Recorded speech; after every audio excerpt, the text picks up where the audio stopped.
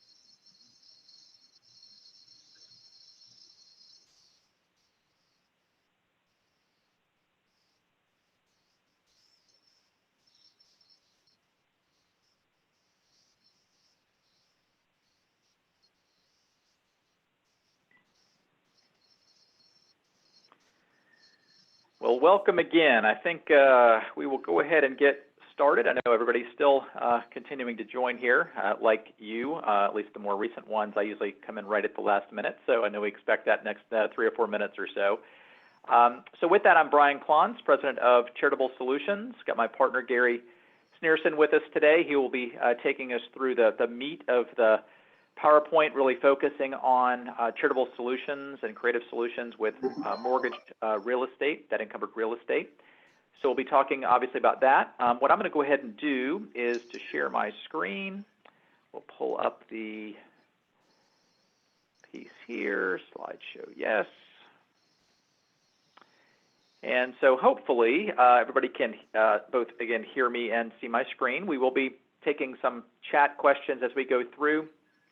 We always get the question, and I always hate to sort of give you the answer in a preliminary way, but we do not tend to send out slides after the session. We've had two painful recent cases last 2 or 3 years with people, we'll just say, repurposing slides for their purposes.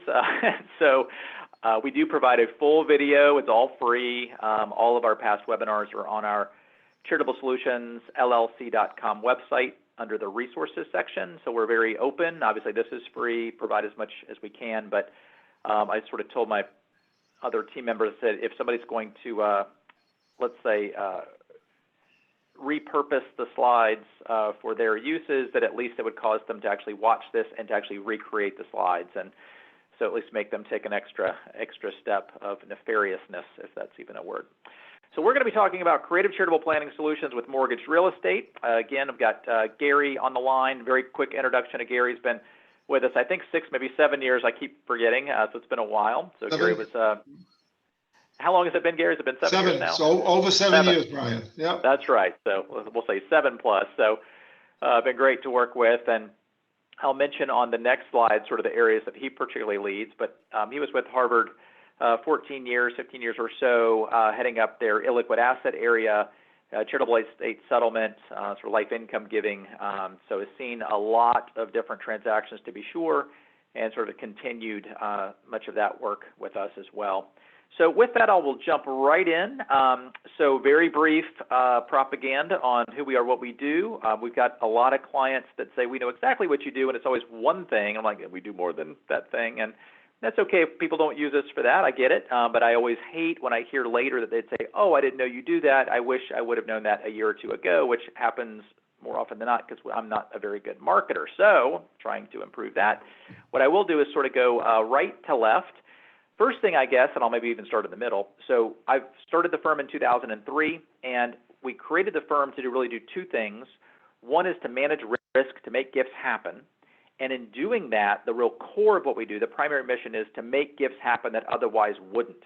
And the 2 primary areas are gift annuities and non-cash assets, the 2 really only types of gifts that a charity can receive that they can actually lose more money than the original gift. So I've been sort of OCD focused on that with the whole team now for coming up almost on 18 years. January 15th will be our 18th year. And so very briefly, I promise, into this, I'll sort of start top right. So charitable gift annuity risk management, what I just mentioned. We have 2 actuaries on staff.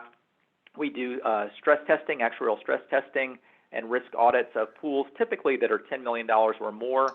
We've done about 250 of those or so and provide full reports back based on sort of where the boogeymen are, where they're not, and so forth. In particular, we focus on sort of the concentrated risks and ways to minimize volatility to be able to maximize the final residuum. So we spend, again, a lot of time in that space, probably 20% of our work in some way. On the large concentrated risk side, we also do sort of as appropriate the self-insurance, reinsurance analysis where it fits, where it doesn't, and then actually design and brokerage. So we have only done that exclusively for, I guess, since 1997, so that's been even before the firm was started. So that comes up again from time to time. So that's charitable gift annuity risk management. Charitable estate settlement, so this is really Gary's area. So I mentioned on the last webinar, and will again today, that there was a person talking about charitable estate settlement. She said it's kind of like a kindergarten room. When the teacher leaves, bad things start to happen kind of quickly. So we sort of refer to Gary as our kindergarten teacher, making sure that he's in the room when some of the charitable estate settlement hopefully is appropriately processed. And we get a lot, and I think many of you do as well, but sometimes maybe well-meaning, maybe not so well-meaning, executors are kind of like, hey, this is the charity, ought to be happy for whatever they get sort of attitude, and that's certainly in many cases not appropriate. So you can see sort of the key pieces there. In particular, Gary's got expertise around illiquid assets within a state, so obviously in-kind transfers to charities, they understandably sometimes get a bit nervous about, again, very understandably. And also, I think you just started, I can't remember, but on an estate that has both, I think, artwork and real estate in France. So foreign assets as well tend to get, not tend to, Gary really leads that whole group. So that's the charitable estate settlement area. Then we have sort of virtual currency, hot last 2 weeks, that's for sure, and life insurance appraisals and audits. So I am a qualified appraiser to be able to complete the Form 8283 for any virtual currency gift. I think we've done maybe 8 or so in the last 2 or 3 weeks, given the lot of transactions happening there. I think Bitcoin is up around the 16,000 as of yesterday. And life insurance appraisals and audits, same thing. So if you mush those two together, probably do about 150, 175 qualified appraisals a year, sort of in that space, and can do portfolio audits as well for charities that have large life insurance pools. So do that from time to time. And then what we're doing today, hopefully, is professional sort of education. Primarily, we do more CE type work. Used to be about 60 to 80 days out a year doing those kinds of presentations, but also do them to donor, staff, boards, et cetera. But obviously converting that more to a virtual platform, so doing maybe 4 or 5 a week now around CE presentations or other training. So do that. That's very much a core of what we do. And then really the left side is a primary activity. So the non-cash asset risk management, clearly what we're going to be talking about today. And so we do about 5 to 10% of our work is just hourly consulting on a case-by-case basis, either very early in the process or very much toward the end, sort of liquidation settlement of the process. And so we do that for a few clients, but primarily what we do, the other sort of 90, 95% by far, would be using our national donor advised fund called the Decami Foundation. We have also the Decami Asset Trust for some other UBIT type assets. And then we also have, not that you care, this is the crazy structure, but about 16 single-member LLCs sort of underneath those. And we only, this is so important, we only take in gifts that other charities have already declined. So I hate to say the rejects, but we always say if you've got a good donor with a good asset wanting to do good things, don't say no. Call us or people like us. There are other good intermediaries that are out there, so it's not just sort of our exclusive space. But you can see that of all declined gifts that have been referred to us, we've completed over $1.4 billion of value, that we've actually completed the gifts, sold the gifts, and then 30 days after the sale, we then make a grant back to the charity the donor was trying to give it to in the first place. So we're really a donor-advised fund, follow all the normal best practices there, but flow through for these illiquid or complex assets. Tend to do about 250 to 400 million per year, so we're very, very active in this space. Do this for about 200 clients or so, 250 clients, and again, case-by-case situation comes up, they're not sure what to do. We've done everything from literally the sculpture of the bull on Wall Street, so that's called Charging Bull number 1, Minnesota Vikings when they sold. About 40% of what we do is real estate, what we're going to talk about today. About 40% would be privately held business interests, and then another 20% of all kind of other weird things. So we took in a fair amount of crypto in the last 10 days or so as an example for a charity that did not want to set up an institutional wallet and go through that process. So people call us good donor, good asset, good things. The average donation over the last 3 years, we've done about 270 transactions total. The average size is about 5.2 million, so it tends to be very high. So it doesn't take too many of these declinations to actually work. And the average fee on that 5.2 million has been about 1.4%. And that comes out at the time of settlement before the final grant. So that by far is sort of the essence of what we do. Got a team within Charitable Solutions now of 17 people just doing, again, the gift annuity and non-cash asset work. And finally, the National Gift Annuity Foundation, same thing around risk management. We have a whole separate charity that does nothing but gift annuities, issued them in 49 states. We're on, obviously, the asset are our books. We're doing the contract, liability on our books, and so forth, but we're able to get the economies and efficiencies at that pool. We do this for illiquid gifts. We do these for gifts. We actually have a few for retained life estate opportunities, so expanding the real estate conversation here a bit. We do them for states where a charity might not otherwise be registered, and so if we're registered in those states, we're everywhere except Hawaii, which I think most people in CGA space know why. But the point is this is growing very rapidly. We've got, I think, 360 charities that have actually made referrals that have created gift annuities, so not just prospective conversations.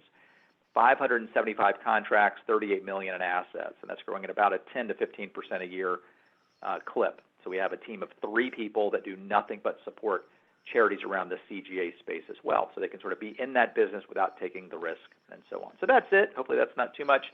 We do a lot of weird things. Again, the overall theme is we help make gifts happen that otherwise wouldn't, and we do that through risk management, both hopefully intellectually but also structurally. And then we do everything we can to drive fees as low as possible to maximize the final residuum. Back to the NGAF space, 100% of the residuum is then granted back to the charity that the donor designates. Just like with the non-cash assets, less the fee, all of that's going out to that charity or multiple charities, which we deal with often as well. So anyway, that's us. So here's our agenda. Whoop. As I drop my phone, always good to have that on a recording. So agenda is real estate market overview, real estate asset types. So I'll be taking us through really the first 6 of these. So tax consequences of real estate gifts, reasons why at least initially these kinds of gifts are initially declined, what I call wiggly real estate issues. You'll all know which ones are wiggly and which ones aren't in a second. Many of you know these.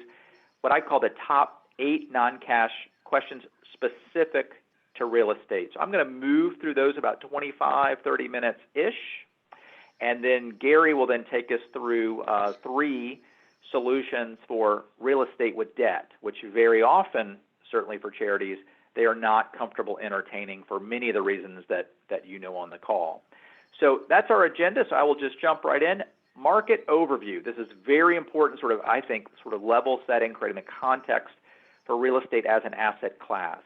If you take the aggregate stock market value, that actually means all publicly traded stock, and you mush it on all the exchanges together, just mush them all together, that comes to about 28 trillion. Number keeps moving on me, finally in the right direction here, but keeps moving on me, but that's about right. We'll call it 30 trillion, whatever you'd like. You then look at real estate. Real estate alone is estimated to be 45 to 50 trillion dollars in privately held real estate. So that'd be obviously residential real estate, investment, commercial, and so on. So the bottom line right out of the gate is there's almost double the value of real estate nationally than all publicly traded stocks combined. So I'm painting the picture. I hope you're seeing the picture I'm painting. Lots of opportunity. I wrote a paper for the Journal of Gift Planning a while back that was basically called Real Estate Hidden in Plain Sight. So that's sort of obvious, but I think we're all literally sitting in real estate right now. Real estate is so ubiquitous that I think sometimes we forget, A, that people own all the stuff we're looking at some level, most all the stuff.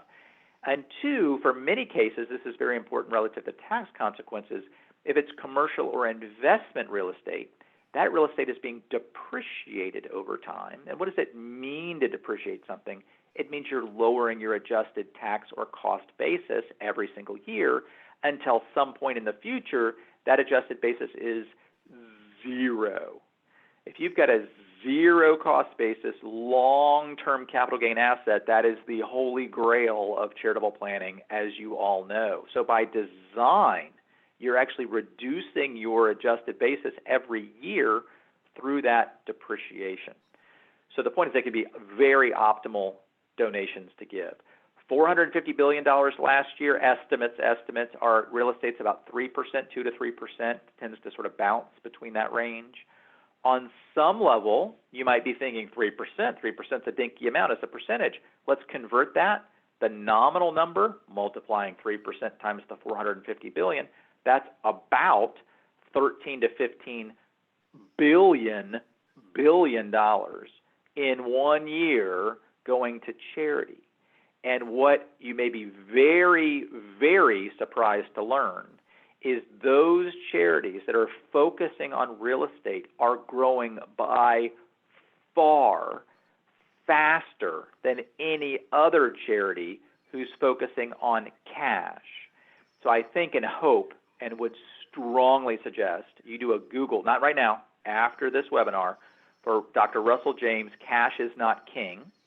He looked at 1 million charities, tax returns, 990s, and then looked at the question, research question was, is which ones are growing fastest and why? What is that sort of predictive variable? And the number one reason that charities had the faster growth, which ones were most successful in overall fundraising, were those that shifted the amount of assets, amount of donations that they were receiving from cash as a proportion of their overall development pie to non-cash. It gets better. And not only non-cash, those that focused more on private stock and real estate grew faster than anybody else.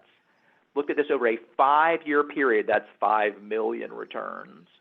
Looked at every charity, every type, every age, every size, and it held for every situation that those charities that focused in on increasing the proportional share into non-cash assets, in particular real estate, grew faster than all other charities. A super weird counterintuitive summary was, if you want to grow your charity the slowest, focus more on getting cash. That's weird to say, but that was actually the case. Then we're sort of jumping into slide 3 here, or point 3, I'm sorry, that the average real estate gift, average, for all charities, this was 2009, IRS abstract, $535,000, and interestingly, they broke it down for donors over 65, just pulling that directly off 1040 tax returns. 535. So these are not super small. These are not timeshares. Timeshares bad. Not timeshares. These are 535,000 as the average.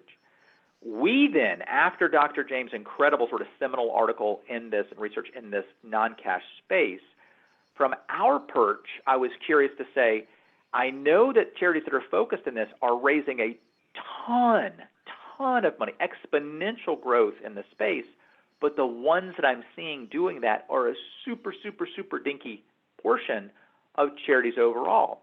So we did a project where we looked at, and actually Brad Caswell, my partner on the phone today, led the project by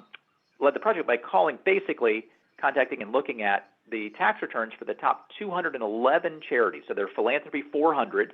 Those are the 400 biggest charities. We looked at the largest 211, pulled their 990, I say we, Brad, pulled their 990, looked at Schedule M to see what their actual non-cash receipts were. And we were incredibly surprised. We will provide this as a white paper that will come out next week when you'll get the link to this. We'll have this white paper, and then we also include all the questions and answers from both yesterday's session and this session, so hopefully all that's helpful. The point is, and I hope you take a look at it, it's not crazy lengthy, $640,000 was the average real estate gift for donors that made real estate contributions. This was for 2016. And only, this is important, only 54 of the largest 211 charities took in any real estate gift. Any. 15. There are 1.3 million charities. We're looking at the largest 400 of those charities, and we're pulling their tax returns, which are supposed to be right, looking at their 990 on Schedule M, which will list, again, very clearly, not only that they took in real estate, but it would say, is it residential real estate? Is it commercial real estate? It really is it has a lot of different characteristics of what type of non-cash asset was taken in. So it's pretty robust, is my point. Only 15 completed 4 or more real estate donations, and this is the biggest takeaway. This is a huge nugget. Everybody perk up. Three charities of the largest 211 of 1.3 million, 3 took in half of all real estate donations from all 211 that were reported. 3. So the Dr. James piece is saying those charities that focus in this area grow fastest.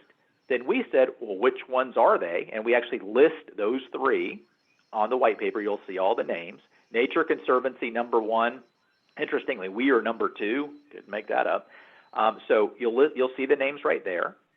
But the point is, yes, those are growing very fast and faster relative to everybody else, but it is a crazy small number that's focused in this space. So I'll just so encourage you, whether you use internal process, outside consultant to help, a third-party intermediary, sort of you guys sort of do the whole thing, whether it's us or faith-based on it, all kinds of other groups can help you do this. But not having this on the menu, to me, I'll say it on the recording, is a disservice to your donors who could make much larger gifts otherwise than they thought possible, perhaps with a much more tax optimal gift, to have more impact than they thought possible.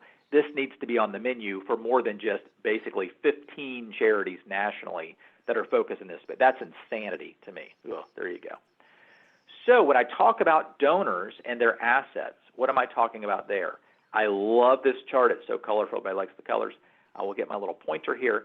This is net worth tier. So this $100,000 net worth, $1 million net worth. This comes out of the Federal Reserve. And obviously this is the type of asset it is. So we've got cash and so on.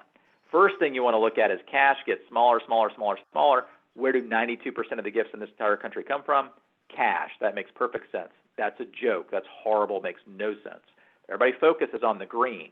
When you're focusing on the green, other charities who are growing much faster are focused on everything except the green. And when you think about real estate, this color here, because it's kind of a burnt orange, reddish, is primary residence. So this is primary resident asset value as a percentage of the overall net worth. And then this light blue is investment real estate, commercial investment type real estate, not primary residences.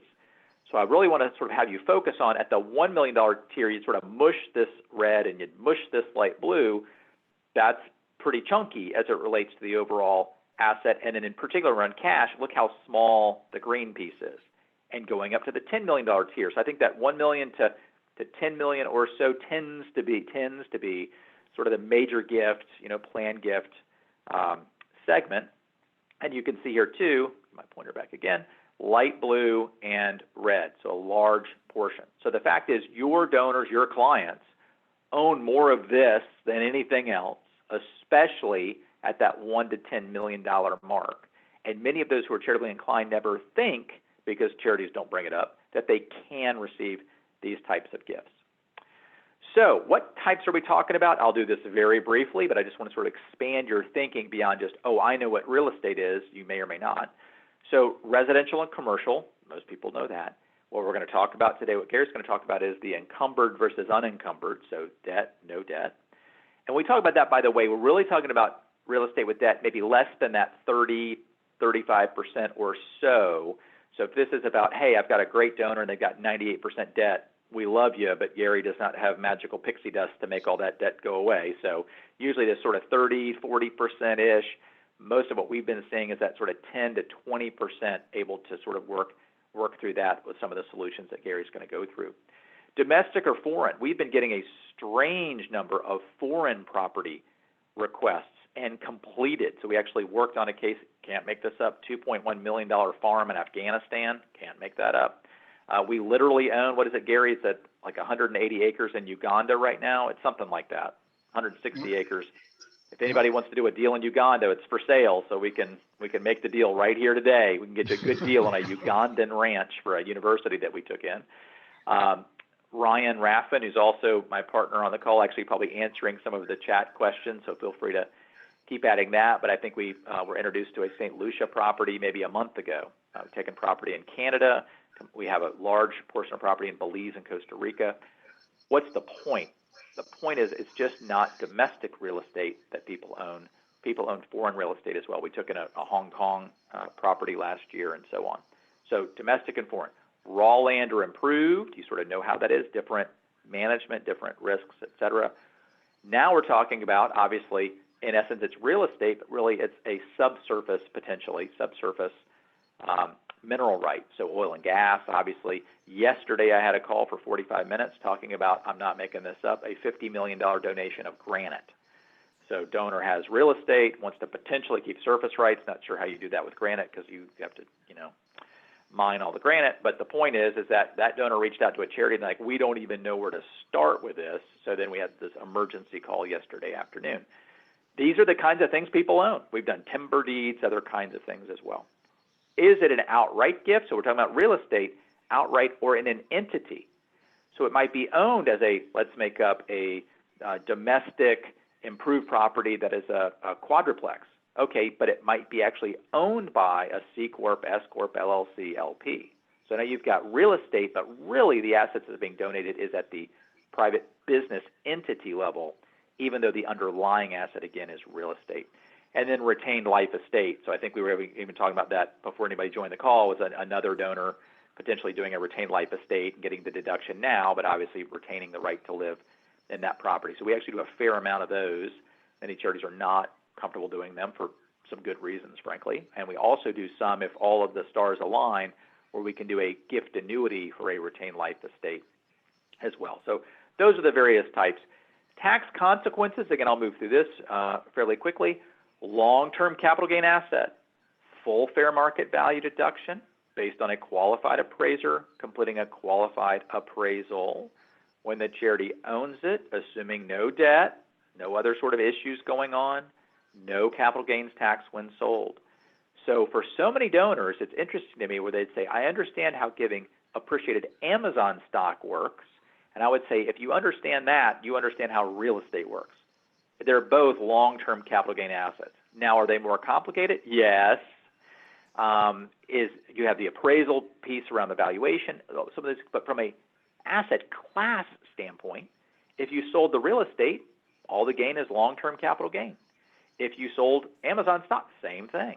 If you give the real estate, fair market value is the deduction. When the charity sells it, no capital gain, just like Amazon stock. So sometimes there's more complexity, but maybe don't make it too complex, and that it is such a similar type of asset class that I think too many people sort of park it on the side or certainly never raise the right question in the right way to the right donor around these things because they're scared to death. The donor's going to say, yes, I've got real estate, let's talk about that. And now it's sort of the dog has caught the car, and now you got to figure out what you do internally. We're going to talk about that too. So the qualified appraiser, qualified appraisal, whatever that number is, that is the value. You can see there as early as 60 days is the earliest point in time, latest point in time the donor is completing the gift for the year of the donation, completing the tax return for the year of the donation. And you can see there too that the charity now, under the Pension Protection Act, if it's sold or otherwise disposed of within 3-year period, the charity has to complete what's known as the tattletale form, Form 8282, letting the IRS know what it actually sold for. So those are some of the compliance piece. This is a big one. This is a really big one. Too many advisors and too many charities think that the donor has to be super charitable. They can love you 27% undivided interest of their Iowa farm. They don't have to give the whole thing to you. I would say probably half-ish of the donations that we get of real estate are not the entire interest. And too often the donors can't process that, saying, I'd love to make a gift of $300,000, $800,000 to a charity, but I've got this apartment that's worth $2 million. That's not going to work. And we go, whoa, that actually can work quite well. Just don't give 100% interest away. You can deed a portion over an undivided interest of that apartment complex. So be very aware that that is possible, not only possible, but is likely that donors want to do that. And they hold back the other real estate portion, and then they can use the deduction that they get from the amount that they gave away to help wash out or at least mitigate the capital gains tax that they're recognizing on the portion that they hold back. So it's a very straightforward type transaction. So if you're saying, okay, I'm drinking the Kool-Aid, and yes, this is great, real estate, why are at least most gifts, and some estimates anecdotally are like 80% or more of real estate gifts are at least initially declined? First is tax and legal complexity. So this is not DTC transferring Amazon stock. This is a deed. This is, title work and survey and insurance and potentially leases and so on and so forth. So those are, it's just more complex. Second, and this happens so often, it's like a gut punch every time. How often we get calls from donors. I had one about a week and a half ago. I've got this property at $740,000. This is going to work so well for a charitable gift. I bought it 30 years ago, so my cost basis, adjusted tax basis, is zero, been depreciated down over that time. And I was waiting to contact you as the charity because I wanted to make sure the closing was still going to go through. And so the closing is next week. So here's what we want to do. We want to give you this, take the deduction, all these magical things happen. And we're saying, no. Most donors think, and some advisors think, that they can make the gift up until the point that there's actually a closing of the property. That is too late. It's at the time there's actually a legally binding contract, a purchase and sale contract with lots of signatures and lots of dates. That is usually the demarcation point, generally speaking. Got Palmer, Blake, Ferguson, et cetera, Dickinson now too to some extent, around when that actual transfer can take place before the IRS says, whoa, whoa, whoa, you actually sold it. It hadn't closed yet, but you've sold it.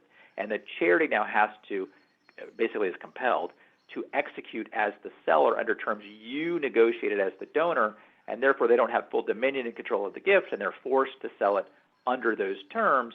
Therefore, that's as if you've recognized all the capital gains tax under assignment of income, and therefore you've given it away. Sure, you've given it away, but all that capital gains tax you thought you were getting out of all comes back on you, phantom, and then everybody gets sued. So the point is, please, please, please, to the extent that you're able, let donors know if they have any interest in making these kinds of gifts to have an earlier conversation well in advance of the purchase and sale agreement being signed. That's a big one here. Environmental issues. This is a boogeyman in my mind that does not exist. I always recommend, I hope respectfully and with love, that charities use a little common sense.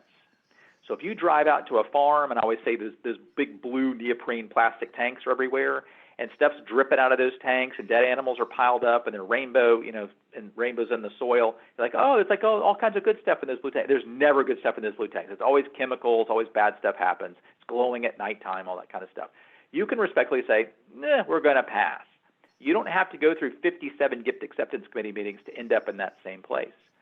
Conversely, if you've got your board chair has his house on the 6th green that he built himself 22 years ago as a custom house, like 6,000 square feet, people are bidding on it before it's even on the market. You don't have to do a phase 3 environmental, which is like a soil drilling to the mantle of the earth to determine every animal that's ever walked by. You're good. You're good. There's not going to be a gas station there. There wasn't going to be a dry cleaner there. You can throttle back on some of the environmental insanity, I'll say it, that some charities go through. They're so worried about this environmental issue.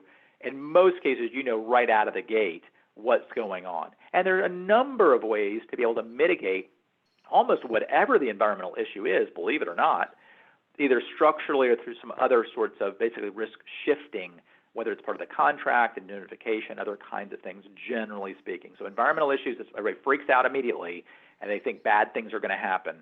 You can have somebody called an environmental appraiser. They can do a phase 1 environmental. My joke is they love clipboards, like obsessively love them, and they'll hop out of their car and they say, do I see anything? And check, check, check. Do I smell anything? Check, check, check. Here's your phase 1 environmental. It's $600. It identifies any issues. Usually can be done 7 to 10 days-ish. The point is, charities will take months talking about all of this stuff over and over and over and over to the point the donor's like, I'm done. This is just taking way too long. I'm going to move on. Management issues. Whatever the donor's having to do, the charity has to do too. You may think, but definitely your donors think and your clients think, that charities have some magic wand in some drawer that we can poof any problem issue into cash. There's no poofing into cash. They think, oh, I've got 2 quadruplexes. That's 8 units. And I know, and this is a case, one of the people in one of the units is running drugs out of the place. And the local cops coming after me. They want to do surveillance. They're all upset that I haven't sort of tracked things. It's like, I don't want to get involved with this at all. 2 of the other units are blown out. They were leased, and people just destroyed it, and they left. And then he's like, got 2 or 3 really good payers, right on time, they're great. And then 2 or 3 that are slow payers. It's like spin the wheel as to when you're going to get paid, and you got to chase them down for 2 months. And then this was a quote from this donor. This is like December 5th or something. It wasn't at the end of the year. Quote from the donor. I want to get a deduction, but most importantly, I just want all this hassle. I want to be done with this. They're driving me crazy. And then he said, this is a quote, would you guys be interested? Like, no, I'm not interested at all. Your albatross becomes my albatross. I got the cops calling me. They think that when it goes from their name on the deed to our name on the deed, that all these things just magically, just disappear. There's no disappear. I got the drug guy. And so whatever they're dealing with, charities have to deal with too. And this always falls under the business office other duties as assigned, which they hate that little catch-all phrase. So you want to understand what the issues are. No donative intent. I had a call this morning. It actually worked okay, where I said, Where did this donor come from? Oh, he's a member of the church. I'm like, okay, that's good, because what you were offering seemed like he's calling everybody in town to see what sucker will take it. We get a lot of those calls. Those are the dumpers. It's some property that's like looks like it's on the face of the moon. There's no development opportunities ever. Maybe property taxes have been paid for 8 years. Like, oh, let's get rid of it. Oh, I know. Let's go find a charity to take it. That's never good. So that's for the dumpers. Charity's internal process. This kills more deals than everything. There's a law in all 50 states. You've got to serve chicken with your special events. That's a law in all 50 states. That's not that's a joke. All 50 states. The other law is that the charities have to have a gift acceptance committee, and that committee has to have 4 to 6 people. That's just a law, 4 to 6 people. And the people that you put on your committee today, when you have the first deal come up, which will be 9 months to 18 months from now, half of them won't even remember you put them on the committee. They'll all be traveling. They're always traveling, always, whenever any case comes up. And I'm being very serious. How long would it take you to get a quorum, even by phone, of that committee? Most every charity I work with says 2 to 3 weeks. Like, okay, so you wait 2 to 3 weeks. They come back with all kinds of crazy questions. A third of their questions are good. A third are like, maybe. A third are like, what are you talking about? But you got to be nice. They're volunteers. You stick them on the list. You then give them, this is all true. You give them to the donor. And now the poor donor's like, oh, my God, there are 42 questions. I know the property. A third of these, they're reasonable. What is this? Others, what do you mean if a blimp crashes on my property, am I insured against that? It's like, is that even a question? Ugh. So they go through all this stuff, and then they can't set up the next gift acceptance committee meeting because they don't know how long it'll take the poor donor to answer all the questions. Let's say it takes a week. Now it's another 2 to 3 weeks to set up the meeting to get a quorum. You will never make a decision at that second meeting. Usually it's the fourth meeting. On average, charities take 2.5 to 3 months to make a decision, yes or no, about taking it in particular real estate. That's crazy. Most of these gifts are, again, at least half, are not the entire interest, which means they may already have a buyer in the wings, and they're giving you a 30% interest, and you say, you know what, in 2.5 to 3 months after answering a lot of questions, we may give you a decision. Like, what are you talking about? I got like until next Thursday before this is a binding deal. So that's what kills more of these. No charities will admit it. I say it with love. And I also say I'd rather watch sausage and laws made at the same time than the charity's internal process. I'm not saying to go crazy. I'm not saying to take on super risk. But what do you need to know? How much is it going to sell for? How long is it going to take to sell? And what are my impediments to make that happen? That's it. That's like 90% of due diligence. That's it. A good broker can get back in 48 hours, and that's if they go into a day spa or something for half a day. This is not that complicated to at least be able to get quick information to make an assessment. And finally, the perceived real risk-reward ratio. What does that mean? Never take a timeshare. Never. I don't want to hear what floating red week it is. I don't care about any of that.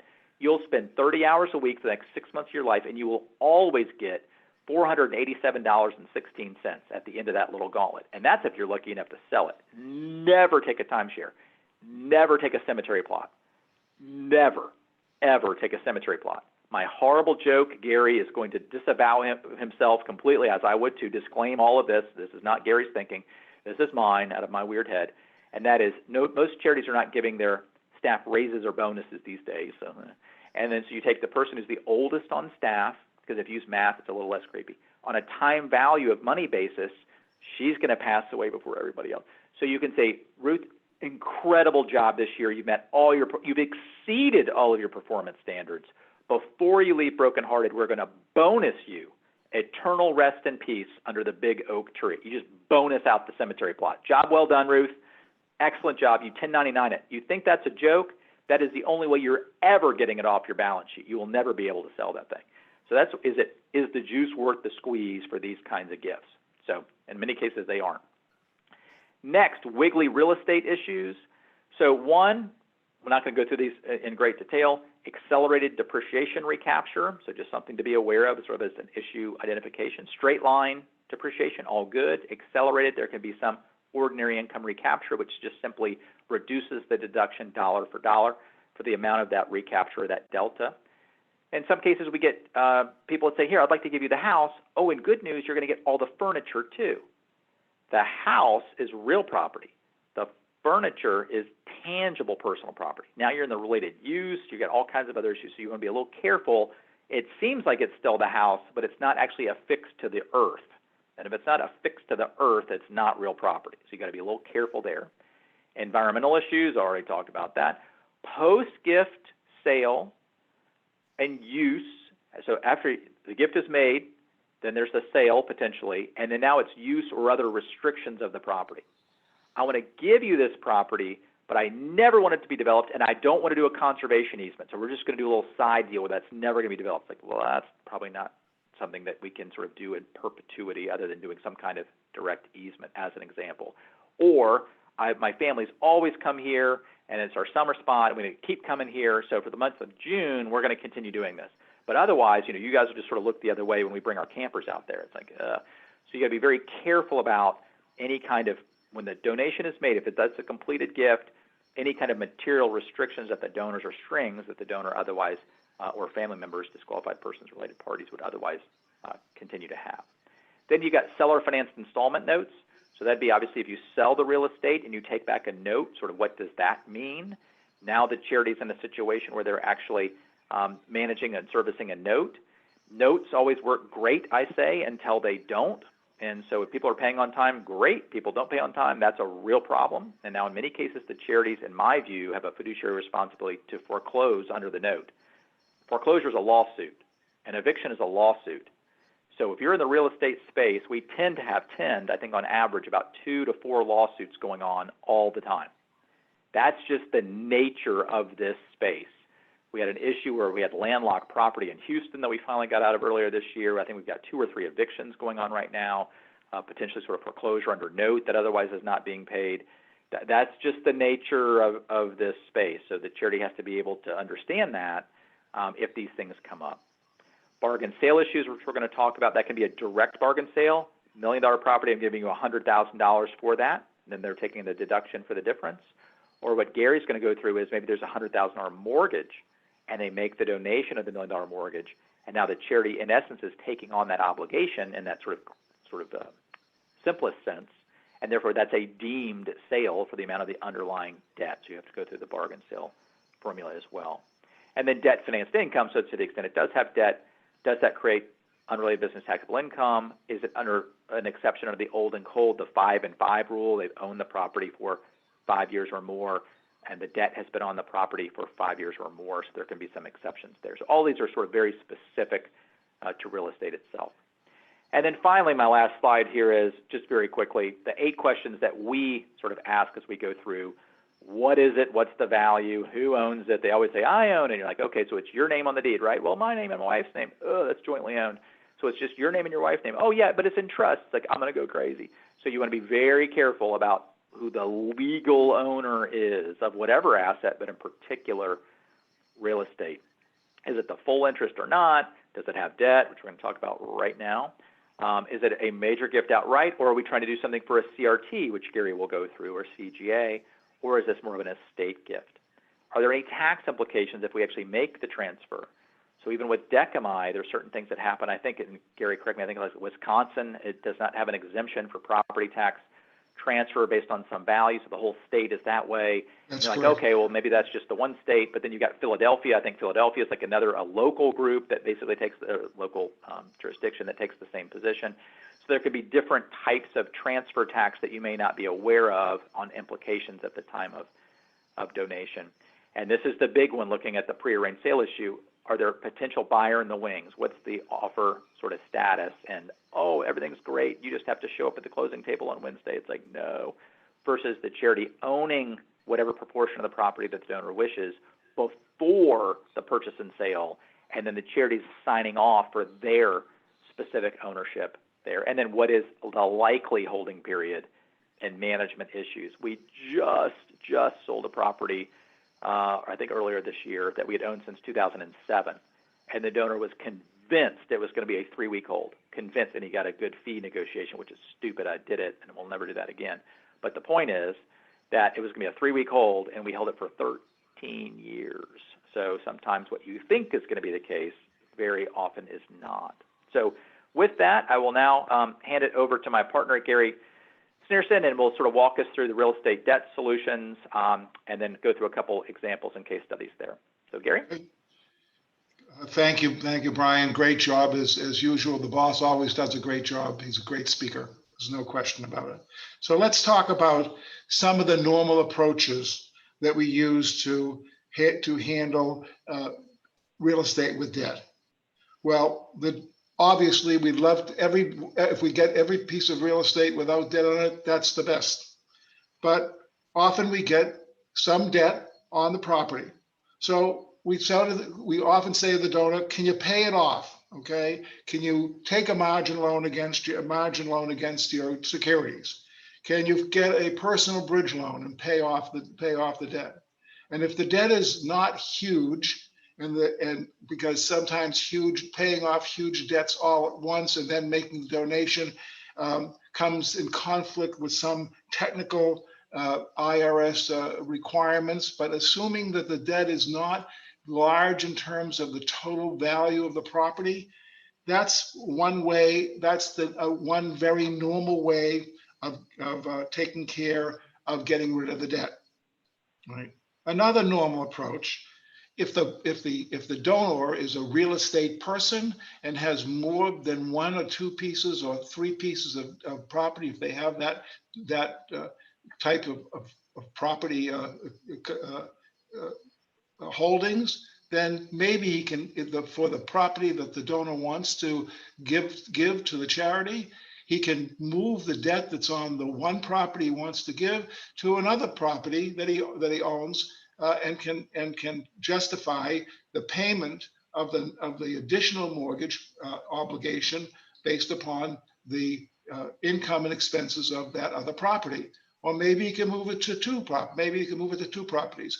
Generally, that only works when you have a donor that has a number of parcels of real estate that have positive income, and the donor is tending to work with one bank to do all of his or her financing. Of course, we can always take the property, okay, as it's encumbered, all right, and have it trigger the bargain sale, so that in fact the donor has to pay capital gain on the amount of the debt that was on the property. All right. Hopefully, all right, if that happens and he does contribute it with the mortgage on it, all right, and we sell it, he'll first of all get an income tax charitable deduction, and hopefully the income tax charitable deduction that he gets will cover, all right, in part or completely the amount of tax that he incurs for the debt that is still on the property, for which he is forced to pay a capital gain because it's a bargain sale. Now, those are the three normal ways we look at trying to help the donor make a donation, all right, with debt on the property. But there are other approaches. Let's look at the most aggressive approach, right? If we go to the next slide. For purposes of illustrating a very aggressive approach, right, to handling this matter, let's assume a donor owns a rental property with an appraised value of $500,000. I think we're maybe ahead of ourselves right here on the slide. Can we go to the next slide, please? Yeah, and then we'll go back, okay? Assume a donor owns rental property with an appraised value of $500,000, all right, and a mortgage debt of $150,000. The donor wants to give the property to a charity, Decamai Asset Trust as example, but there are two problems, and we've already talked about those. The transfer of the property may trigger the due on sale clause in the mortgage agreement, all right, and the bank may call the mortgage due. And number two, the IRS, as we discussed previously, will probably consider the transfer a relief from debt, a so-called bargain sale, and impose a tax. But let's further assume that the mortgage debt has a remaining term of 10 years, and that at the time of the donation, the donor's life expectancy based upon the mortality table is 20 years. Finally, let's assume that the donor is willing to hold Decami Asset Trust harmless. In other words, indemnify Decami Asset Trust against any liability on the mortgage debt. Can we go back to now to the other slide, please? All right. If the life of the mortgage is less than the life expectancy of the donor, so if the mortgage will be paid off in full before the donor is expected to die, then some experts say there are two results. The transaction ought not to be treated as a bargain sale, and two, the donor should be entitled to a full charitable deduction on the market value of the donated property. The charity can probably avoid the due on sale clause pretty easily by selling the property quickly, and obviously you would not even attempt this very aggressive, all right, way to handle the debt on the property if you didn't feel that you had a very marketable property that you could sell, all right, almost immediately, or you have some donor in the wings. Accepting a property with debt, even with an indemnity by the donor, should only be attempted, as I said, in a very active real estate market. Active means that we really feel that this property is going to move within 1 or 2 or 3 months at best. All right. Now, there's little authority on this very aggressive way of handling the debt. All right, and so consequently, the donor has to take this idea to his own tax advisors, all right, to determine, all right, whether or not it may work. It may be worth the risk to a particular donor, so he can get a full deduction of the value of the property. In this case, example we just gave, $500,000, even though there's $150,000 worth of debt on the property. It may be worth it while to him to take this aggressive stance, but all right, that's really going to be something that he's going to have to talk over with his own advisors, because it is very, very aggressive. So if I can now go now on to the next slide, please. And next slide after that. Thank you very much.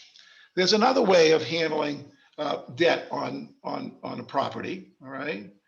And let's give you a different example. Let's assume a donor owns a rental house having a market value of $1 million and a mortgage of $250,000. And let's assume the donor wants to put the equity of this property into a CRT. Obviously, if he puts the entire property with a debt on it into the CRT, that invalidates the CRT because of the mortgage debt. He might approach somebody like Decami Foundation, Inc. and say to them, look, how about why don't you purchase, all right, purchase a part of the property, all right, and I will use that money to pay off the mortgage. And that's exactly how this situation would work, all right. Decami Foundation, Inc. purchases slightly more than 25%, maybe 30% of the property for $250,000, while requiring the donor to use the proceeds of the sale to pay off the mortgage. In other words, what we have is a simultaneous closing, all right? The donor gives a deed to Decami, all right? Decami gives the $250,000 basically to the donor, but the donor uses that money to pay off the loan, all right? And that's the end of the transaction. Now, so now we have the donor simultaneously deeds the remaining interest of the property to the CRT. He's given 30% to Decami.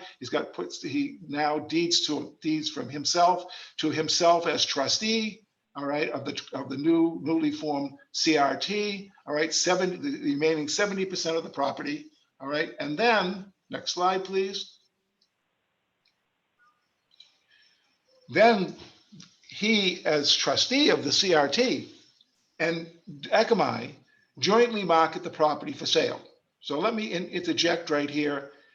who makes up, who, if you now in a partnership, so to speak, to sell the property, who gets the final say? And the answer is very simple. If Decami were going to be the person, the charity who bought the 30% of the property, all right, we would require the donor as trustee to give us, along at the same time as we do the simultaneous closing, an irrevocable power of attorney with regard to this particular property only, all right, so that we would be in control of the sale. Obviously, we want, as a charity, and a charity that works for other charities, we want to get the best price for the charity, we want to get the best price for the donor, and we want to get the best price for Decami, because Decami works on a fee basis, 3%, and the higher the price, the better our fee, okay?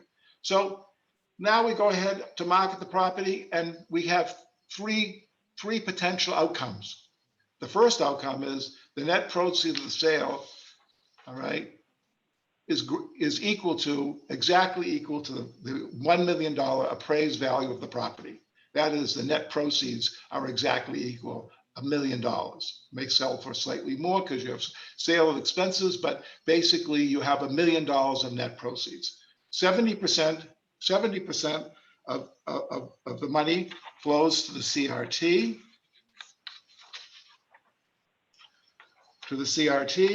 and 30% flows to Decami. All right. So Decami now has $300,000. It only paid $250,000 for its piece of the property. So what it would do is donate $50,000 to the donor's charity. All right. So ultimately, the money would go to where the donor wanted it to go, but it wouldn't go through the donor's CRT. What happens if the net proceeds are $1,100,000? Then 70% or $770,000 flows to the CRUT, 30% or $330,000 flows to Decami, and Decami now donates $80,000 to the donor's charity. What happens in the worst possible circumstances, and that is the net proceeds from the sale are only $800,000. Then the CRT gets $560,000, and Decami gets $240,000, and it would have to absorb a loss of $10,000. How do we manage that? Well, we manage that by maybe taking, depending upon the circumstances, taking a little bit more than 30%, taking a little less than 30%. So we guard against we create guardrails by doing a good job of due diligence, all right, knowing what the market is, getting very good input, all right, and hoping for the best. And that's the way we approach it. But generally this technique works very well.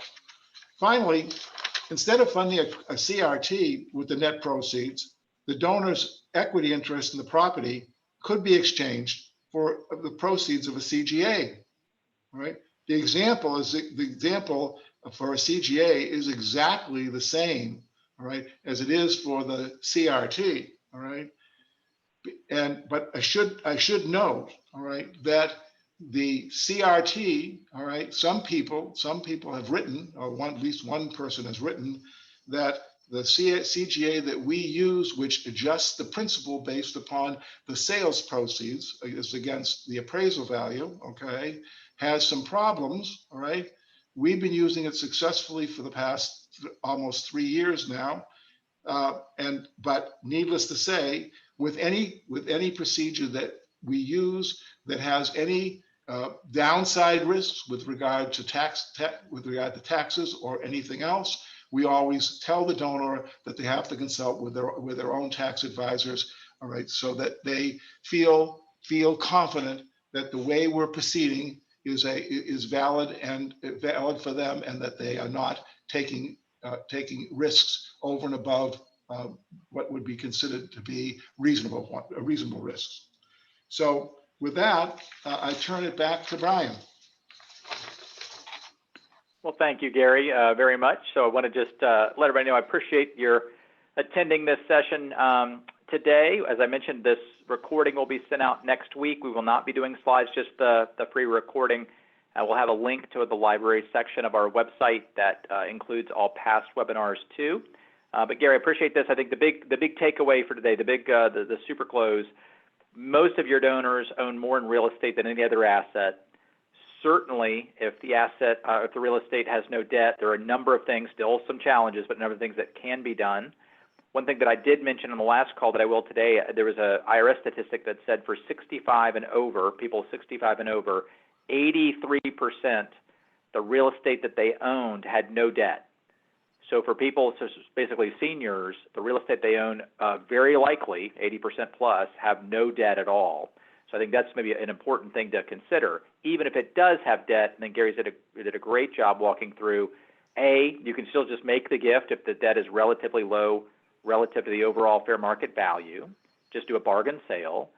2, sort of having the donor retain sort of the debt obligation. Or 3, basically having an investor, typically the charity itself, making a direct investment and then doing a bifurcation of the proceeds as appropriate there that can still create a gift, as I said, to a CRT or to a CGA or other type of direct or life income instrument. So with that, we will close. Thank you so much. Everybody have a great rest of your year. We will send this out here shortly, and anything we can do, as always, feel free to let us know. We're happy to help. Thanks so much, Gary. Great job. Thanks. Thanks.